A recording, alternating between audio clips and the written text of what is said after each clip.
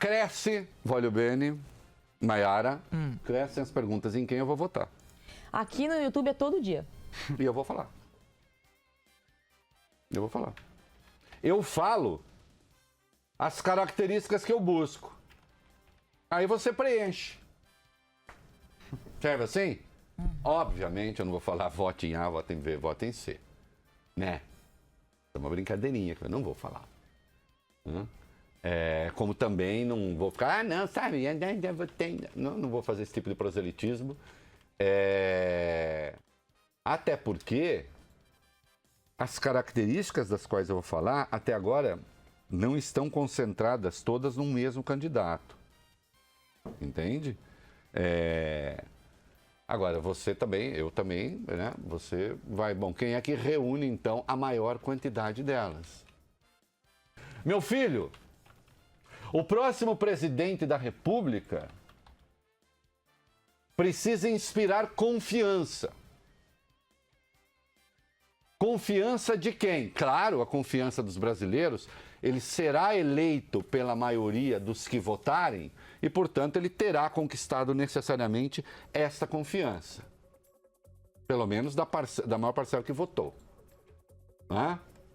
Então ele tem que ter a confiança dos brasileiros. Mas ele precisa ter desesperadamente para o Brasil a confiança dos investidores. Atenção, quando eu falo confiança dos investidores, eu não estou falando da confiança dos especuladores. Eu estou falando da confiança dos investidores, daqueles que põem dinheiro de longo prazo no país.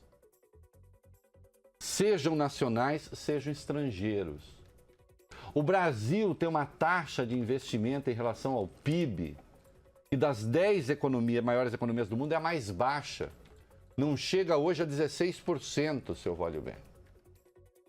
Para que o Brasil passe a crescer, dona Maiara, de uma maneira razoável para começar a repor o estoque de emprego, essa taxa de investimento teria de ser de, no mínimo, calculam alguns, os menos rigorosos, talvez 22%, ideal 25%. Para você ter uma ideia, a China investe mais, a taxa da China é de mais de 40%. Tudo bem, a China vive circunstâncias específicas. É uma ditadura, é uma tirania. O trabalho é semi-escravo em boa parte da China. Ainda, né? É uma economia de 1,5 bilhão de pessoas que, na verdade, tem 500 milhões, pouco mais, que estão inseridos, de fato, na economia. O resto vive num regime que não tem previdência social do comunismo chinês. E quem reclama, leva um tiro na testa. Pronto. Não, nós não vamos ter essa taxa de investimento. Agora, essa taxa de investimento precisa crescer. E esse investimento implica investidores estrangeiros, investidores nacionais e investimento do próprio governo. O Brasil precisa aumentar a sua taxa de poupança, que também é muito baixa. Também da ordem de 14%, 15%. O que é a taxa de poupança? É o que sobra de dinheiro depois de o governo e os privados pagarem suas dívidas. Então, o próximo presidente, as pessoas têm de olhar para ele e dizer assim, ele sabe do que fala. Ele conhece o assunto. Ao tomar decisões, ele tomará decisões informadas a respeito. Não comerá pela mão de terceiros. Então, o presidente da República precisa ter esse perfil. Veja quem tem. Quantos tem? A gente pode ir para um outro critério. Pode não, deve ir para outro critério. O próximo presidente da República tem de ter tolerância com a divergência. Não é tolerância com minoria, com não sei o quê, também ela é parte da tolerância com a divergência, mas não é só isso, é tolerância política, é uma coisa mais ampla. Feliz ou infelizmente, eu acho que é felizmente, a política não se resolve com murro na mesa. Esquece. Não existe murro na mesa em política. Você ser enérgico, você fazer cumprir a lei, você fazer cumprir as regras, ok. Agora, é preciso saber que na democracia os idiotas também têm direito de se manifestar. Essa é uma das coisas mais mal compreendidas do regime democrático. No regime democrático, as pessoas erradas também têm direito de falar. E você precisa chegar lá e dizer assim, isso está errado. Isso não é assim. Não é verdade. Né?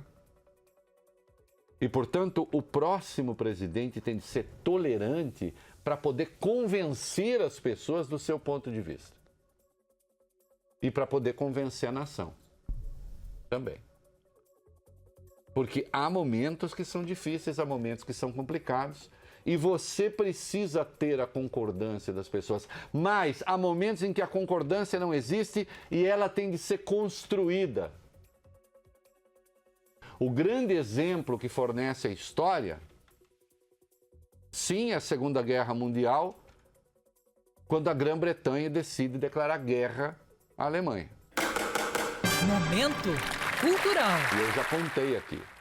O Chamberlain, então primeiro-ministro da Grã-Bretanha, junto com Daladier, primeiro-ministro da França, celebram o Acordo de Munique com Hitler, em 1938, autorizando a anexação dos Sudetos tchecos, da região da Tchecoslováquia, que a Alemanha reivindicava no início do processo de expansão do nazismo pela Europa.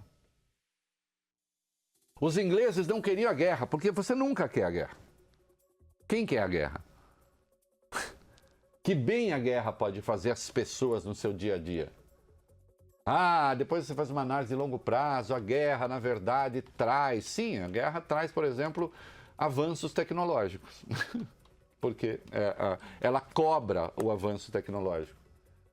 A internet é originalmente uma tecnologia militar. Né? Antes de ter se expandido e ter virado o que virou. Então, agora, no dia a dia não, no dia a dia é horrível. Os ingleses não queriam a guerra. O Chamberlain foi lá e fez o acordo. Voltou aplaudidíssimo. Aplaudidíssimo. E tem, vocês acham na internet, ele falando de forma muito constrangida, depois que a Grã-Bretanha é obrigada a entrar em guerra. Viu, Augusto? Tá quente, já esquentou.